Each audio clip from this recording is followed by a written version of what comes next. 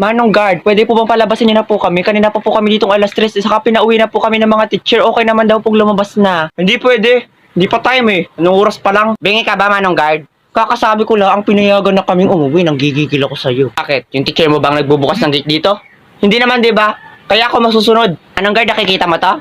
Oh, lamunin mo, shoota ka. Kanina ka pa. Yan ang patunay na pwede na kami lumabas, may perma pa yan ng principal.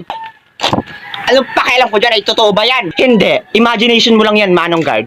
Ako talaga nanggigigil na ako sa iyo. Gusto mo bang tanggalan kita ng ngipin? Sige, subukan mo. Ba't sinusubukan talaga ako itong gurang na ito? Huwag mo nang patulan.